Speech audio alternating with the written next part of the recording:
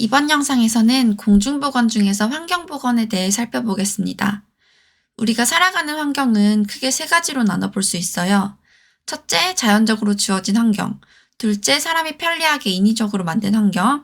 셋째, 공해로 인해 생긴 환경이에요. 이 세 가지 환경은 서로 연결되어 있고 환경보건에서는 이 모든 환경을 함께 다루게 됩니다.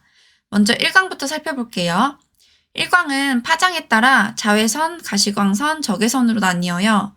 여기서 말하는 파장은 빛의 길이, 즉 빛의 성질을 구분하는 기준입니다. 파장의 단위에는 나노미터와 암스트롱이 있는데 시험에서는 두 가지 모두 나와요. 암스트롱은 나노미터에서 0이 하나 더 붙어요. 자외선은 1강 중에서 살균력이 가장 강한 빛이에요.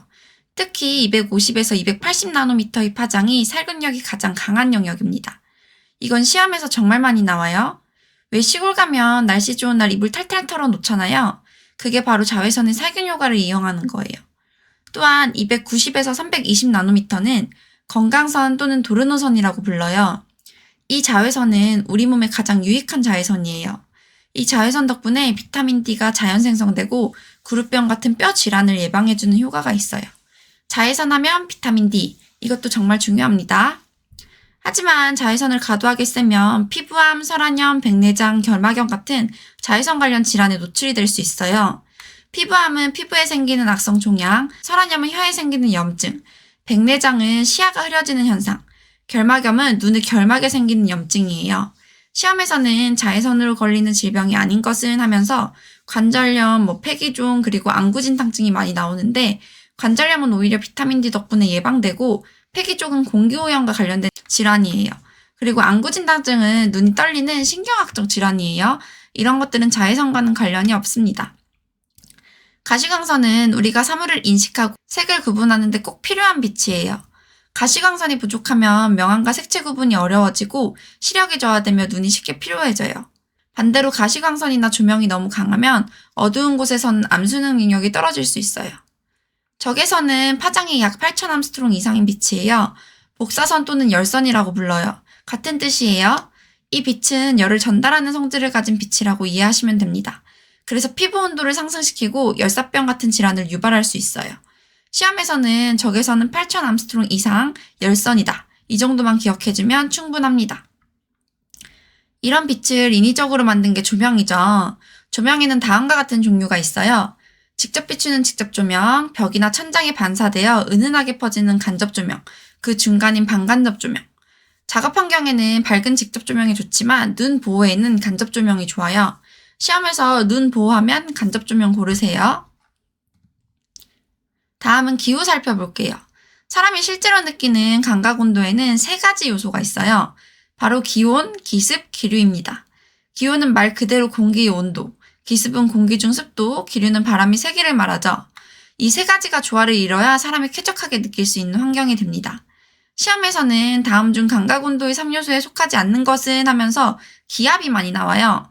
기압은 감각 온도의 요소가 아닙니다. 참고로 쾌적한 환경 기준은 이래요. 온도는 20도 전후, 습도는 40에서 70%, 바람은 실내에서는 1초당 0.2에서 0.3, 실외에서는 초당 1.5가 적당합니다. 감각 온도가 맞지 않으면 우리는 불쾌감을 느끼게 되는데요. 이걸 수치로 나타낸 것이 바로 불쾌지수입니다. 이때 사용하는 온도가 두 가지가 있어요. 건구 온도와 습구 온도. 건구 온도는 마른 온도계로 측정한 일반적인 공기의 온도고, 습구 온도는 천을 씌운 온도계로 측정한 습도를 반영한 온도입니다. 이 두 가지를 함께 사용해서 사람이 실제로 느끼는 불쾌지수를 계산해요. 시험에서 불쾌지수 측정에 사용하는 것은 하면 건구 온도, 습구 온도예요. 불쾌지수를 높이는 환경 요인을 우리는 온열 요소라고 부릅니다. 온열 요소는 총 4가지예요. 기온, 기습, 기류, 복사열. 이 중 앞의 세 가지는 우리가 앞서 배운 감각 온도의 3요소이고 여기에 복사열이 추가되면 온열 요소 4가지가 됩니다.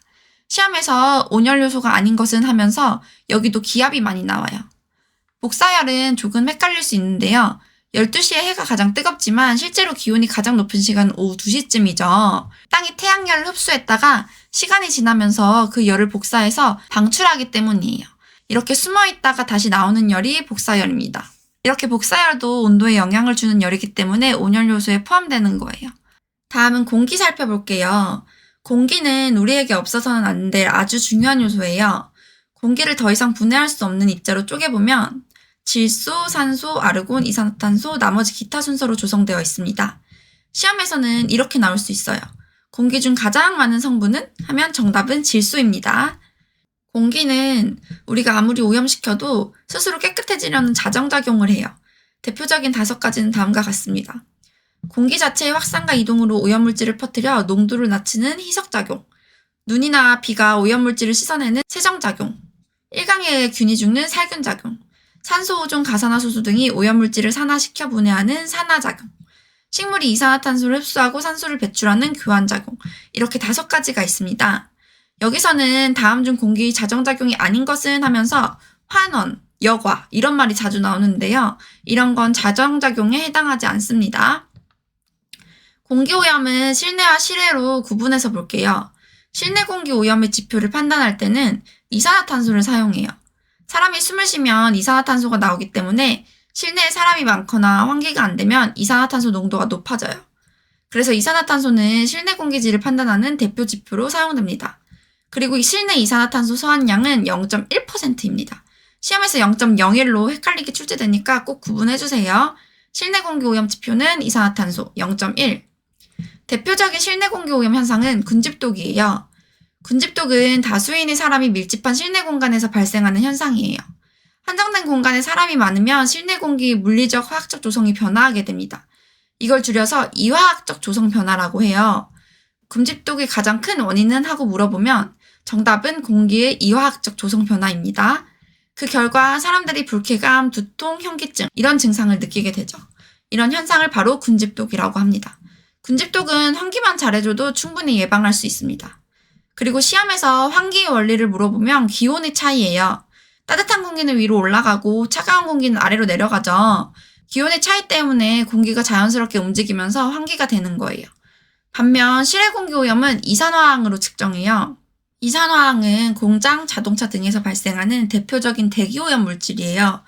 대기 중에 퍼지면 산성비, 호흡기 질환 이런 걸 유발할 수가 있어요. 그래서 실외 공기 오염의 대표 지표로 사용됩니다. 대기를 오염시키는 물질을 1차 오염 물질과 2차 오염 물질로 구분하는데요. 1차 오염 물질은 공장에서 직접 배출되거나 자동차에서 바로 나오는 오염 물질이에요. 이산화황, 먼지, 연기, 탄화수소 같은 것들이에요. 2차 오염 물질은 처음부터 있는 게 아니라 1차 오염 물질들이 대기 중에서 광학적 반응을 일으켜 새롭게 생성하는 오염 물질이에요. 예를 들어 오존, 알데히드, 케톤, 과산화수소가 있습니다. 시험에서 다음 중 대기오염 2차 물질인 것은 하면서 나오니까 각 물질이 1차인지 2차인지 구분만 잘하면 됩니다. 시험에서 나오는 대기오염과 관련된 2가지 살펴볼게요. 먼저 일산화탄소. 일산화탄소는 불완전 연소할 때 잘 발생해요. 불완전 연소는 불이 막 타기 시작하거나 꺼질 때, 연탄, 제철 공정, 도시가스 제조 과정 등에서 많이 나와요. 과거에는 연탄불 피우던 집에서 일산화탄소 중독으로 사망하는 사고가 정말 많았어요. 일산화탄소는 무색, 무치, 무자극성이라 자고 있는 중에 전혀 느낄 수가 없기 때문이에요. 그리고 우리 몸의 헤모글로빈은 원래 산소와 붙어서 온몸에 산소를 운반하는 역할을 해요. 그런데 일산화탄소가 우리 몸속에 들어오면 헤모글로빈이 산소를 배신하고 일산화탄소랑 붙어버려요. 그래서 산소 공급이 끊겨서 질식 상태가 되고 심하면 사망하는 거예요. 일산화탄소의 특징으로 바르게 설명한 것은 이런 식으로 자주 출제됩니다. 다음은 기온역전 현상. 기온역전 현상은 상부 온도가 하부 온도보다 높아지는 현상을 말해요. 원래는 고도가 높아질수록 공기 온도가 낮아져야 정상이에요. 이건 반대죠. 대기 중에 오염물질이 많아지면 어느 한 층에 먼지나 오염물질이 쌓이게 돼요. 그리고 그 층이 공기 순환을 막아버려요. 결국 열이 그 층까지만 전달되고 그 아래쪽으로는 더 이상 내려가지 못하는 상태가 되는 거죠. 열이 전달되지 못해 아래쪽 공기는 차갑고 무거워져서 움직이지 못하고 위쪽 공기는 따뜻하고 가벼워서 떠있는 상태가 유지돼요. 기온이 역전되는 거죠. 이렇게 되면 공기가 순환되지 않아 오염물질이 우리 주변에 갇히게 되고 심각한 대기오염을 유발합니다. 그래서 기온역전 현상은 대기오염이라기보다는 대기오염을 일으키는 원인에 해당돼요. 시험에서 대기오염을 시키는 원인은 하면서 기온역전 현상이 자주 나옵니다. 다음은 물. 상수도와 하수도 살펴볼게요. 사람들이 물을 사용하려면 깨끗한 물이 필요하잖아요. 그래서 만든 게 바로 상수도예요. 과거에는 이런 시스템이 없어서 수인성 질병이 쉽게 노출됐어요. 그래서 물을 깨끗하게 만드는 정수 과정이 생겼습니다. 상수도 정수 과정은 취수, 응집, 침전, 여과, 소독, 급수로 진행됩니다. 순서를 잘 알아야 돼요. 먼저 취수, 물을 끌어오는 단계예요. 강이나 지하수에서 물을 모아요. 다음은 응집, 물속에서 떠다니는 아주 작은 입자들을 덩어리로 뭉쳐서 가라앉히기 쉽게 만드는 과정이에요. 이때 사용하는 약품을 응집제라고 해요. 응집제는 단순히 찌꺼기만 모으는 게 아니라 색이나 맛, 냄새의 원인이 되는 물질까지 제거해줘요. 시험에서 응집제의 효과가 아닌 것은 하고 정답으로 공기포집이 자주 등장해요. 공기포집은 응집 과정과 무관합니다. 침전은 응집된 덩어리를 가라앉혀서 제거하는 단계예요. 그 다음에는 침전으로 제거되지 않은 작은 찌꺼기들을 여과를 통해 걸러줘야 돼요. 여과 방법에는 급속사 여과법과 완속사 여과법이 있어요. 급속사 여과법은 빨리 여과시키는 방법이에요. 처리 속도가 빠르기 때문에 대도시처럼 물 사용량이 많은 곳에서 주로 사용돼요. 여과지에 찌꺼기가 쌓이면 역류세척이라는 방식으로 물을 반대로 흘려보내서 여과지를 씻어냅니다. 좁은 공간에 설치가 가능하고 구조가 간단해서 건설비는 완속사보다 적게 들지만 유지비는 높아요. 완속사 여과법은 물이 모래층을 통과하면서 불순물을 제거하는 방법이에요. 처리 속도가 느리기 때문에 넓은 땅이 필요하고 시간도 오래 걸려요. 그래서 건설비는 많이 들지만 여과지 교체를 사면대치 방식으로 하기 때문에 유지비는 상대적으로 적어요. 사면은 비탈진 곳이란 뜻이에요. 즉 여과지를 살짝 기울여서 물을 아래로 흘러가게 하면서 천천히 씻어주는 방식이에요. 주로 농촌이나 소규모 시설에서 사용됩니다. 그리고 여과되지 않은 미세한 입자나 균은 소독으로 제거해요. 이때 대표적으로 사용하는 방법이 바로 염소 소독이에요. 가장 대표적인 물 소독은 하면 염소 소독. 그리고 물 소독제를 수처리제라고도 부릅니다. 마지막으로 급수. 이렇게 깨끗해진 물이 수도관을 통해 각 집으로 공급되는 거예요. 이번에는 하수도 살펴볼게요. 하천수는 하수도를 통해 흐르는 물이에요. 하천수는 계절이나 배수 지역의 지형에 따라 구성 성분이 달라져요. 장마철에는 유량이 많고 빗물과 토사가 섞여 있고요. 건기에는 유량이 적기 때문에 땅속에 스며있던 지하수가 올라오면서 경도가 높아져요. 지하수에는 칼슘, 마그네슘 같은 물질이 많기 때문에 물이 단단해지고 경도가 높아지는 거예요. 시험에서 하천수는 유량에 따라 수질 차이가 없다라고 나오면 틀린 지문이에요. 유량에 따라 수질 차이는 있습니다. 그리고 배수 지역의 형태에 따라 오염물질도 달라져요. 농촌이면 농약이나 비료 성분, 도시면 생활하수나 오염물질, 공업이면 산업폐수가 섞일 수 있겠죠. 그래서 하수도도 정화를 거쳐서 자연으로 돌려보내야 돼요. 하수도는 다음과 같은 3단계 처리 과정을 거칩니다. 예비처리, 본처리, 온이처리. 하수는 기본적으로 더러운 물이잖아요. 그래서 상수도에서 했던 응집, 침전, 여과, 소독 같은 기본적인 처리를 먼저 해줘요. 이걸 예비처리라고 합니다. 상수도에서는 이게 전부였지만 하수도에서는 예비 수준이에요. 하수도는 예비처리만으로는 모든 오염물질을 제거할 수가 없어요. 본처리는 진짜 본격적으로 더러운 걸 없애는 단계예요. 여기서는 미생물을 이용하는데요. 이때 사용하는 미생물이 산소를 좋아하는 호기성인지 산소 없이 사는 현기성인지에 따라 처리 방법이 달라집니다. 호기성 처리법에는 산화지법, 활성슬러지법, 살수여과법 이렇게 있어요. 호기성 처리법은 산화랑 활기차게 살 수 없나 이렇게 외워주시고요. 현기성은 이모프 탱크법, 부패조법, 사상건조법 이렇게 있어요. 현기성은 이모부 사상이 좀 혐오스럽네? 이렇게 외우세요. 시험에서 호기성 처리 방법은, 현기성 처리 방법은 하고 나와요. 각 방법이 뭔지는 몰라도 이렇게 이름만 외우면 충분합니다. 마지막으로 온이 처리예요. 온이는 본 처리에서 사용한 미생물 찌꺼기예요. 그걸 화학적으로 처리해서 제거하는 단계예요. 미생물 찌꺼기를 일본어로 하면 온이, 영어로 하면 슬러지예요. 그래서 시험에서 미생물 처리, 슬러지 처리, 온이 처리 이게 나오면 전부 다 같은 말이에요. 여기서는 예비 처리, 본 처리, 온이 처리 순서를 잘 기억해 주시고 현기성, 호기성 처리 구분해서 암기해 주시면 됩니다. 다음은 수질오염. 수질오염의 대표적인 현상 중 하나는 부영양화 현상이에요. 부영양화는 말 그대로 물속에 영양분이 너무 많아지는 현상이에요. 바로 질소, 인 같은 유기물인데요. 이런 것들이 비료나 생활하수, 공장 폐수 등을 통해서 들어와요. 물속에 질소나 인 같은 영양분이 많아지면 녹조류나 홍조류가 막 자라요. 그래서 물색이 초록색으로 변하기도 하고 붉은색으로 변하기도 해요. 이런 걸 녹조현상 또는 적조현상이라고 해요. 강 같은 거 지나가다 보면은 초록빛으로 변한 경우 본 적 있잖아요. 그런데 유기물이나 이 조류들이 죽으면 생기는 찌꺼기, 이런 걸 분해하려면 산소가 많이 필요해요. 결국에 물속의 산소가 점점 부족해지고 심하면 산소가 거의 없어져요. 그러면 산소 없이도 사는 미생물, 즉 현기성 미생물이 활동을 시작해요. 이 미생물들이 분해하면서 썩은 냄새나 가스를 만들어내요. 그리고 물속의 유기물들은 물 표면에 옅은 피막을 형성합니다. 이 막이 생기면 공기 중의 산소가 물속으로 들어가기 어려워져서 물은 더 오염돼요. 시험에서는 부영양화 현상의 원인은 특징은 하면서 나오거나 부영양화라는 단어 대신 녹조 현상의 원인은 하면서 나오기도 해요. 그럴 땐 질소랑 인 고르시면 됩니다. 수질오염은 산소요구량과 용존산소량으로 파악해요. 산소요구량은 BOD, COD라고도 하고요. 용존산소량은 DO라고도 해요. 함께 알아두세요. 먼저 산소요구량부터 볼게요. 산소요구량은 말 그대로 물속에 있는 오염물질을 분해하는 데 필요한 산소량이에요. 즉 물이 오염돼 있으면 그 오염물질을 분해하기 위해 산소를 많이 써야 돼요. 그래서 산소요구량이 높다는 건 이 물이 오염이 심해요 라는 뜻이에요. 반대로 산소요구량이 낮다는 건 이 오염의 오염도가 낮아요 라는 뜻이겠죠. 산소요구량은 물속의 유기물을 20도에서 5일 동안 측정합니다. 유기물 20도 5일이 빈칸으로 나오니까 꼭 알아두세요. 유기물이 물을 오염시키니까 유기물을 측정하는 거겠죠. 이 유기물은 원래 산소와 반응하면서 분해돼요. 이때 과망간산칼륨을 물속에 넣으면 유기물이 산소 대신에 과망간산칼륨과 반응을 해요. 즉 과망간산칼륨 소비량이 높으면 유기물이 많은 거예요. 그래서 과망간산칼륨의 소비량으로 유기물을 측정합니다. 용존산소량이란 물속에 실제로 남아있는 산소량이에요. 물고기나 미생물이 숨쉬려면 물속에 산소가 있어야 하잖아요. 용존산소량이 낮다는 건 산소가 부족해요. 숨쉬기 힘들어요.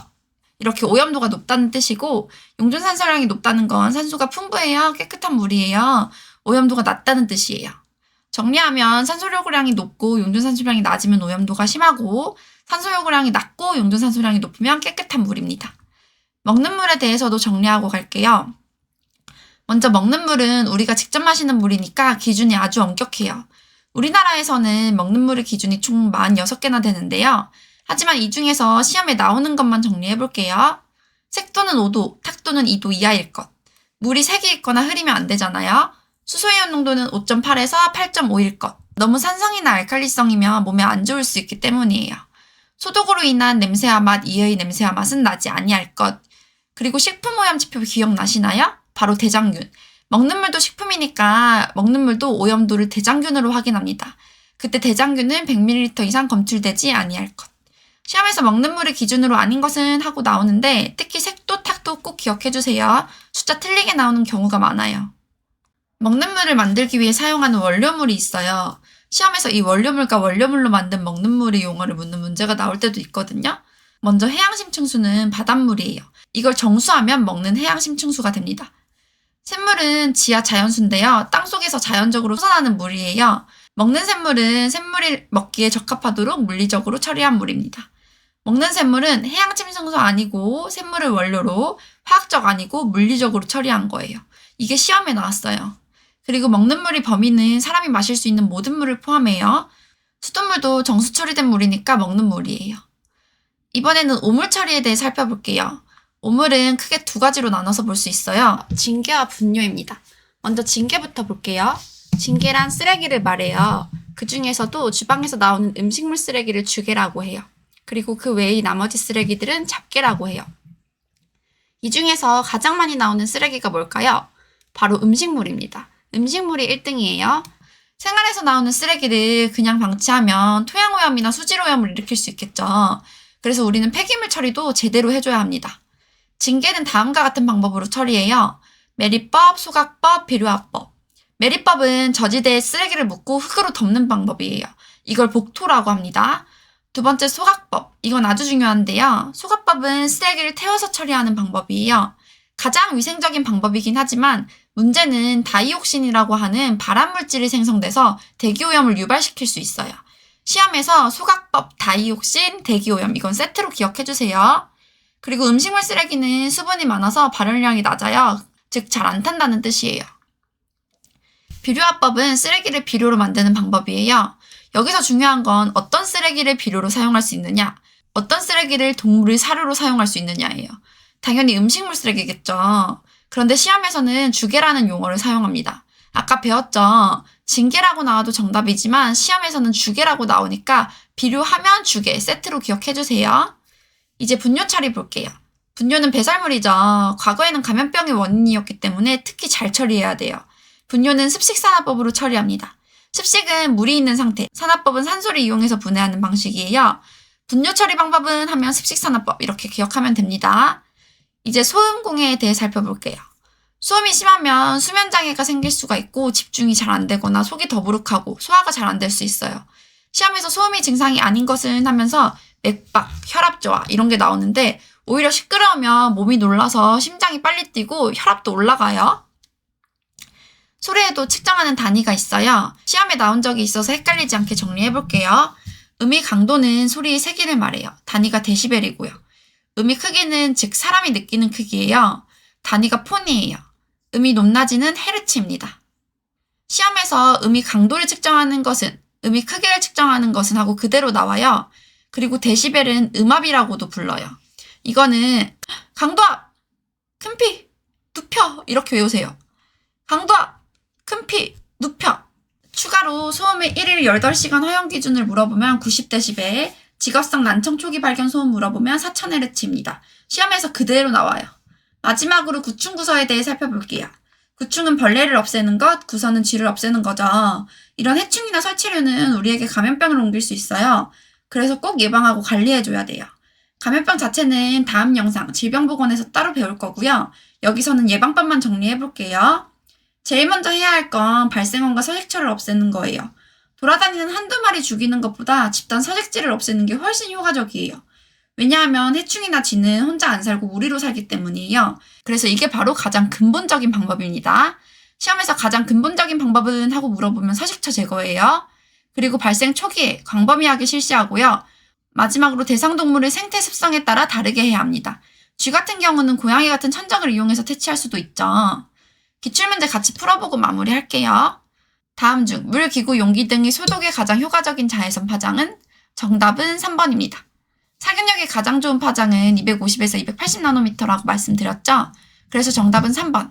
암스트롱 단위로 나오면 0 하나 더 붙여서 2500에서 2800 암스트롱이 정답이에요.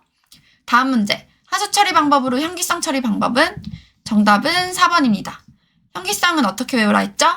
이모부 사상, 혐오의 이모프 탱크법, 무 부패조법, 사상 건조법. 그래서 정답은 4번입니다. 나머지는 호기성 처리예요. 마지막 문제. 산업장, 소각장 등에서 발생하는 발암성 환경오염 물질은 정답은 4번입니다. 쓰레기 처리 방법 중 소각법 하면 다이옥신 하면 대기오염. 이건 세트예요.